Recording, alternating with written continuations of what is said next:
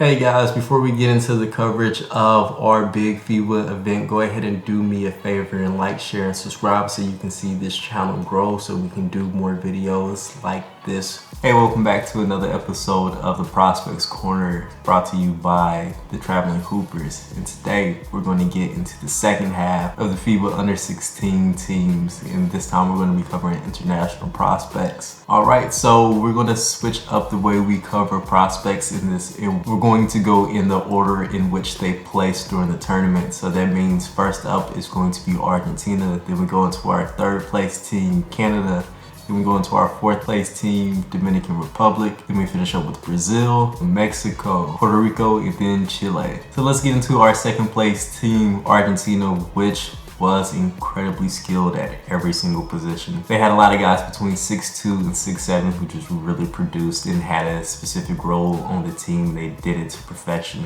That's why they battled with USA so well and had a really good game against Canada in pool play as well. They're just an overall really talented team, and there are even a few prospects on the list that are already on NBA radars and being followed by Draft Express. Alright, and without further ado, let's go ahead and get into our first prospect, which is going to be Victor Perez, the 6'2 guard who has a really good handle on the point guard position. He's a playmaker, he's a solid finisher, and throughout the tournament he averaged almost 8 points a game, 2 rebounds and 2 assists in only 2 games of pool play. Overall, Victor Perez looks like a 16-year-old who has a bright future in international hoops. The next guy to keep an eye on out of that Argentina team is going to be Lucas Giovannetti, who stands 6'7" and did a little bit of everything. Giovannetti shot the ball from deep really well until that final game against the US, where he shot 1 for 10. Before that, he was 11 of 28 from downtown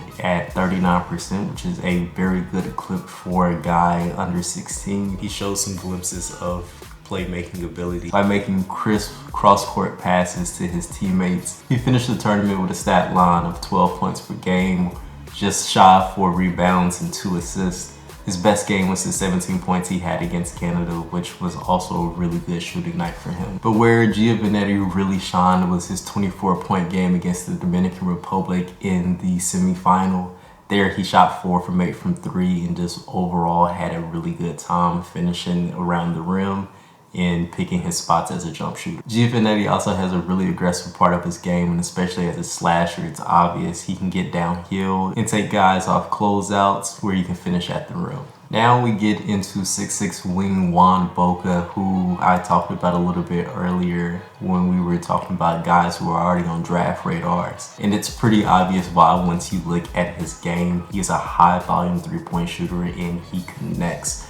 We're talking about 18 of 43 from the 3-point line, almost shooting 42% from the 3-point line already, and it's with deep range. Just to start off the game, he shot it from where the NBA logo would be, and it was nothing but net. He kept shooting it all night against the US. We're talking about a guy that went 5 for 10 in the championship game, scoring 15 points. But his best performances came from Canada, where he again scored 17 on 4 of 8 shooting from 3, and a 22-point game against Brazil, where he shot 6 of 9 from the 3-point line. Bocca isn't just a catch and shoot guy, even though that is his role on this team. He's also a pretty solid playmaker and has touch with inside the arc, especially on floaters and different mid-range looks. The next guy up out of Argentina is going to be Tiziano Prome, who had a really good tournament, placing himself in the All-Star 5. He was an overall solid forward who made a living scoring around the basket. He's a really good diver who can finish around the rim with soft touches, and he also can use his frame to go ahead and create contact and absorb it where he can get to the line as well. But his play really elevated when we got to the knockout rounds, where he scored 14 points against Chile, 14 points against the Dominican Republic, and 15 points against the US. He's a big-bodied forward who quietly was one of the most solid rebounders throughout the entire tournament. Prome finished in both the top 10 in rebounding and scoring. Argentina had a really nice backcourt overall, especially with Respaud, who was really good at getting to the hole and finishing amongst the trees, but where he really showed is just doing the dirty work in transition. He was really getting out there and finishing with everybody, but he didn't give up on plays either. He made a few putbacks in transition as well. The 6'3" guard has an overall game where he can not only score, but he can also assist and rebound. He had a really solid overall stat line, almost averaging 12 points per game, 4 rebounds and 4 assists. His best game came against Brazil, where he scored 17 points and had 7 assists. Just as a driver, Respaud showed he could really take contact and get in the lane when he wants to. Juan Peral was another good guard out of Argentina's backcourt, who added to Argentina's overall shooting depth. He shot 38% from the 3-point line on 16 attempts, averaging 9 points, 3 rebounds, and 3 assists per game. Peral looks to be a really good creative passer, and on top of that, he limits turnovers. So what he gives you as an assist person when he truly gets to run the entire show would be really special, especially for someone who isn't turnover prone. Now let's get into Team Canada, who also has a few guys that we'll be able to see stateside this year, including our first guy up, Mikkel, Tyne, who was just absolutely great in every way possible you could ask for a lead guard to be. He shot the ball really well on deep volume, just shooting off the dribble, shooting off the catch. Mikkel, Tyne has it all. Plus, he's a really solid playmaker. Tyne finished the tournament with a stat line of 15 points per game, 5 rebounds, and 5 assists. He shot 42% from 3 on 38 attempts, making 16 of them. Much like Ron Holland, just about every single time Tyne touched the court, his games can be considered standout games. Just a few that looked really good on paper are his 22.7 rebounds and 6 assists against Argentina. Against Puerta Rico, he scored 20 points, had 7 rebounds and 4 assists. And against the US in a semifinal game, he had 13 points, 7 rebounds, and 4 assists. The guy gets up those 3-pointers with volume, averaging just under 6.5 a game. He's just a really good, quick point guard. He's definitely going to be one of those guys who are going to look really good on the mixtape when he goes to Huntington Prep this year, just because his game is flashy, it's quick.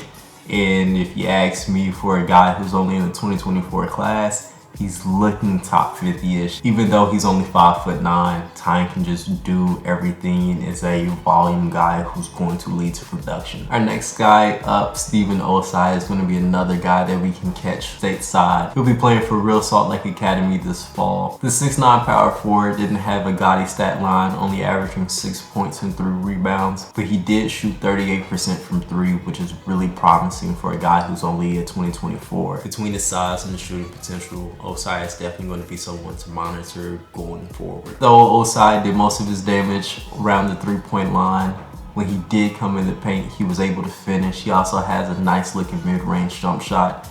And the fact that he can shoot over guys like the 6'11" Jalen Lewis just means his potential is definitely there.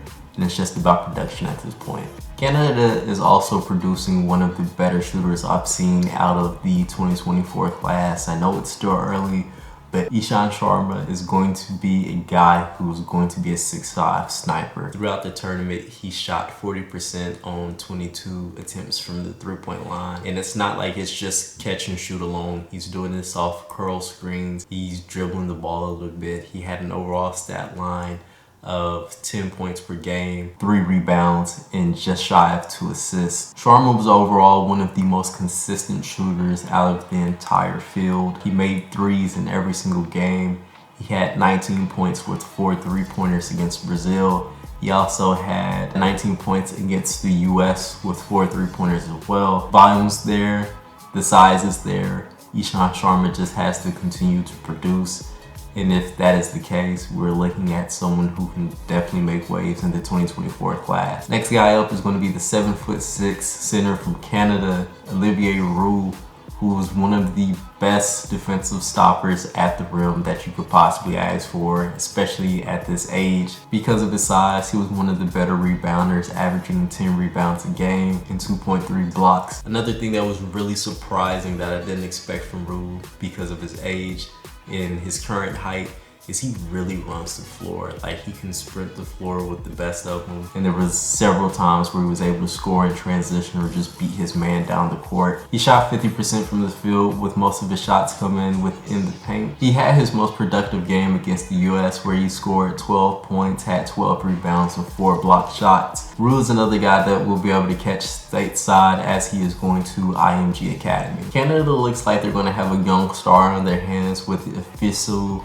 Oliogu. He's an incoming freshman, but he has 6'5" size and really good athleticism. He scored well, but it was mostly on volume shots. But the fact that we can get that much production out of a guy who's one of the younger guys at the entire tournament is a special thing to notice. Oliogu had several big performances, probably none better than his 16.8 rebound, 4 steal against Puerta Rico. He also had another really good game against Mexico, where he scored 15 points, had 7 rebounds and 3 steals. He also had really solid numbers against the US, where he had 17 points, 3 rebounds, and 3 assists. And against Brazil, he had a really solid performance where he had 14 points, 6 assists, and 6 rebounds. But the special point of that game is the fact that he got to the line 11 times and made 10 of those. Between his athleticism, that even though he does need a lot of shots to produce, it's also at a really good efficiency, where he shot 54% from inside the arc. Coming off the bench is 6-foot guard Baraka Okojie, who did a really good job of just giving Canada a change of pace from Mikkel Tyne. Okojie's pretty athletic, and when he gets downhill, he's able to score or be a playmaker. He had a pretty balanced stat line of 6 points, 4 rebounds, and almost 6 assists per game. Ishan Sharma isn't the only guy on this team who has potential as a really good sniper. Theodosiou, the 2024 guard who stands 6'3", also has a really good claim of the same title. In pool play, Theodosiou averaged 10 points, 2 rebounds, and almost 2 assists while shooting 48% from 3. When it was all said and done, he brought his counting stats up to 10 points a game while shooting 52% from 3. That is through the 6 games, on 25 shots from deep. Theodosiou came through in the clutch against the United States, having 14 points and 4 rebounds. Overall, he's a really solid shooting prospect out of the Great White North. And the last guy from Canada will also be another one we'll be able to watch stateside throughout his career. The 2025 forward Char stands 6'8" and is a really good finisher. The fact that he was one of the better finishers throughout the tournament against some of the better big prospects in the Americas was pretty astounding. Again, another guy who's performing above his age group. He had a pretty solid stat line for a guy so young, averaging 6 points, grabbing 7 rebounds a game, and shooting 50% from 2. Yeiy also made a lot of noise in the 3rd place game against the Dominican Republic, where he had 6 points and 14 rebounds. The incoming freshman will be playing for Blair Academy out of New Jersey. The next team up is going to be the Dominican Republic, and one of their best prospects coming out of that country is going to be Luis Diaz-Gil. He was currently listed as a guard, but for the most part, he played power forward, and at 6'8", he fits the bill. He's a really solid playmaker who can drive and kick out to open teammates. At his size, he got in the lane pretty frequently, but one of his biggest impacts was on the board, where he averaged 10 rebounds during pool play. And when the tournament was said and done, he still averaged close to that same number at 9 rebounds a game. At his size, he's definitely not afraid to protect the rim, where he averaged almost a block and a half throughout the entire tournament. He had a really solid showing against the US, where he scored 16 points, had 10 rebounds and 3 assists. He also shot 58% from the field during that game. Next guy up out of the Dominican Republic is going to be Mikkel Marte. At 6'4", he showed a lot of things that you would want in a wing player. He's fairly athletic, but most importantly, he shows flashes of shot creation with step back threes and being able to hit shots in the mid-range off the dribble. He's a really efficient scorer inside the arc. He had a really good showing against the US, scoring 14 points, grabbing 5 rebounds, and having 4 assists. He gives really good energy on both sides of the ball. And that's where a lot of his steals came from, just being a athletic 6'4" dude who can put pressure on you and get out in those passing lanes. Probably the best player for the Dominican Republic is going to be Danny Carbucha, another guy that will be able to catch stateside once he starts school. He's only a 2025 guard, but he is an aggressive scorer with a great handle. He posted 20 points and 8 assists against PR, and then in the next game against Brazil, he had 21 points and 6 assists. So he's a really good playmaker who's also not afraid to fill up that cup. He had one of the better stat lines for a 2025, averaging almost 13 points a game, 6 assists, and 2.3 steals. And he's another guy who really limited turnovers for as young as he was and as often as he had the ball in his hands. Rodrigo Abar is another name of note to track from this Dominican Republic under-16 team. He exploded for 26 points in the semifinal game against Argentina, where he really showcased how good of a shooter off the dribble he was. I actually had to go back to see if that was something that was really consistent in his game, and it is. He was a consistent scoring threat for the Dominican Republic the entire tournament. He finished just shy of 11 points per game, grabbing almost 4 rebounds a game and 2 assists. He also averaged 2 steals. Raybar also has decent size for the off-guard position, standing 6'3". Ernesto Alamonte is a 2024 forward who stands 6'5", that currently calls Georgia home. He's physical, he's strong, he's a solid producer overall at this game. And as he grows and figure out the game more, he's just going to be able to use his athleticism and energy to produce more and more at this level. He averaged 9 points a game, 6 rebounds, and 2 assists. 6'6" small forward Jason Liberato was astounding as an overall performer. He averaged 12 points per game, 6 rebounds, and 2 assists. In all 3 categories, he was a top 3 performer for his team. Jason's overall game just produces buckets. He had 16 and 6 against Chile and 18 and 7 against Brazil. His 17 and 8 in the 3rd place game against Canada. Liberato has size and athleticism on his side. Coupled with that, he also has pretty decent IQ for the game, and he really shows it as a cutter, where he made most of his baskets in the half court. When he got the ball in his hands and decided to drive in the lane, he shed defenders and finished well at the rim. To round out the Dominican Republic's group of talent is going to be Wandy Munoz, and at 5 assists a game, he's a top 10 assist getter throughout the entire tournament.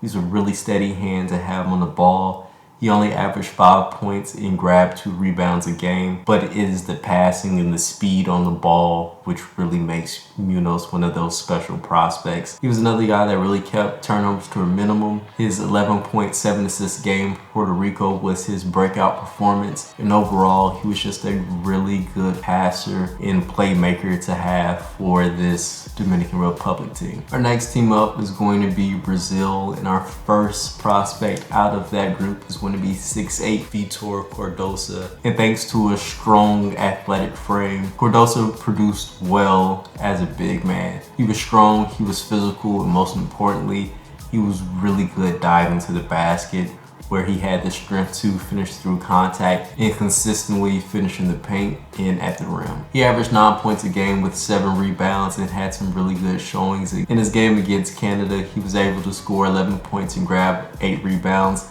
against all of their size and really good big man prospects. Against Chile, he was able to score 15 points and grab 8 rebounds. Our last prospect from Brazil's grouping is going to be Eduardo Clafke. And at almost 14 points per game, he was just a really solid, consistent scoring threat throughout the entire tournament. And if not for a slow shooting start in his first game, he'd be shooting 43% from 3, but he'll have to settle for a really solid 37% from 3 on 27 attempts from the 3-point line. The 6'1" guard also did a really good job of getting to the free throw line in every single game, where he made 70% of his free throws. Down the stretch of the tournament, he really started to ramp up his scoring, where he had 10 points against Canada, 12 against the Dominican Republic, 15 points and 7 rebounds against Chile, and in the final game against Mexico, he really exploded offensively, where he had 31 points and 9 rebounds. Let's move on to Team Mexico, where we have a pair of sharpshooters that really impressed. Both of them are guards, and the first one up is going to be Charles Georgelos, who really impressed as a shooter off movement. You'll be able to catch his high school game stateside because he is a Texas resident and he's only coming out of the 2024 class. He shot well throughout the entire tournament, making 38% of his threes. He's showing off his jumper at the free throw line as well, knocking down 17 of his 20 attempts. Though Georgelos is only 6'1", he was one of the team's best rebounders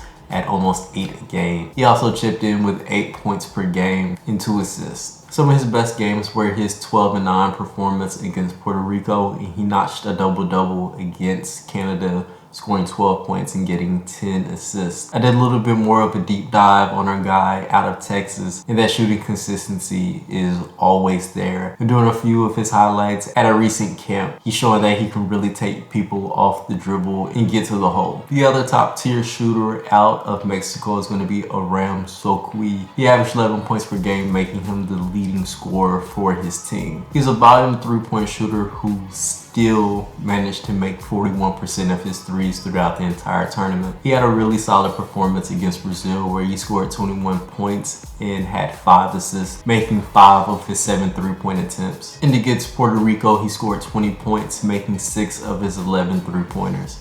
Coming in at number 7 is going to be Puerto Rico, a team that had a nice group of talent. Coming out of the 2023 class is going to be Luis Marin, who at 6'5" has the athleticism to keep up with the US team. He's not an extraordinary 3-point shooter, but he was good enough to make at least 1 3 in each of his games. The California kid also scored 14 points and had 8 rebounds against Chile, and then he went back against the Dominican Republic and made a pretty similar performance, having 15 points and 8 rebounds. He had a really well-rounded stat line, averaging 8 points, 7 rebounds, and almost 4 assists per game. Our next guy up was one of the most productive prospects, and because he's a 2025 guy, he was also one of the youngest. His name is Alejandro Aviles. He's going to be playing for PSAT out of Texas this fall, playing a really good regional schedule. He was able to rebound at a really nice level, score against the older kids, and really bang in the post. And he was also one of the better shot blockers in the entire event. He already stands 6'9", and during pool play, he averaged 4.3 blocks. Aviles had a lot of really good games. There's at least 4 where he had double doubles. For the entire event, he averaged 17 points, 10 rebounds, and 2 assists. He had 17 and 12 against the Dominican Republic, 22 and 11 against Canada, 22 and 19 against Mexico. Aviles is going to turn heads as the 2025 in Texas, and his team was already part of one of the better early season shootouts that's going to take place. So expect for his name to be one that gains a lot of buzz when he starts to hit the court stateside in October. Our next guy up is going to be 2024 prospect Keven Adorno. He's a young guard out of Ohio. Adorno is just a natural for a point guard. He knows how to get to the bucket. He's a really good facilitator. And on this team, they actually had him playing out of the post, where cutters could really get fed anytime they made a straight line drive to the basket with him. When it's just one-on-one, he can break it down and get into the lane. He averaged 9 points, 5 rebounds, and 5 assists per game. Even though he only played in 4 games, he had a really nice outing against Canada where he was able to score 14 points and 3 assists. Our next guy up for Puerto Rico is going to be Brandon Lee, who is an absolute automatic pull-up jump shooter at this stage in the game. He had 18 points against the US, and I actually had to go back and look at some of his other games. And this is just what he does as a scorer. The pull-up is really good inside the arc. He averaged just shy of 12 points per game with 3 rebounds and an assist to go along with that. The next 2 guys up for a pair of wings that have really promising size. At 6'5", Ryan Martinez is a really good decision maker with the ball. He only played in 4 games, but his 7 points, 7 rebounds and 2 assists per game were really solid to watch, especially on a team as loaded and talented as this. Next guy up is Messiah Cruz, who at 6'6", did a little bit of everything. He was a solid playmaker, was able to score over 6'8" Liam McNeely. His 5 points per game, 5 rebounds and 2 assists highlight a guy who can do just a bit about everything on the court, especially with 6'6" size. He's just a really good name to keep in your wheelhouse. Chile had a trio of prospects that really impressed me. The first one being Raimundo Orogo. At 6'3", he has a really nice handle. He knows how to shift defenses. He can get downhill. He's crafty. On one possession during a fast break, he faked a pass and went up with it to throw off a defender and make the score. He's a really solid playmaker. Orogo found a way to just produce in several different categories. Against the United States, he had 6 points, 6 rebounds, and 7 assists. Throughout the entire tournament, he was able to score 5 points, grab 5 rebounds, get 3 assists, and almost 2 steals a game. He was just an overall productive player. Standing 6'4", Daniel Rioux was a solid off guard. He has touch with his floater, can step out and knock down the 3. And a really intriguing part of his game is even though he's not very fast, he just knows how to move around the court. And because of that, watching him break down the defender is just really interesting. There's not a lot of speed, but he's always moving forward, and with every crossover, he's gaining more and more position down the court. He had a really solid showing against the US, scoring 12 points and grabbing 5 rebounds. Throughout the tournament, he averaged 9 points, 6 rebounds, and almost 2 assists. Backing up our trio of perimeter players is going to be Matteo Manfredi, who at 6'5" is another guy that can step behind the 3-point arc and make shots. He made at least 1 3-pointer in every single pool play game. And because of his 6'5" size and ability to shoot, he's going to be another guy out of this Chile team who can make some noise inside of his country. Well, that's it for some of the top international prospects from this FIBA Americas game. If you like what you got here today, go ahead and give us a like, subscribe, and comment your favorite prospect down below so this page can continue to grow and we can give you more content like this. I appreciate the view and see you next time.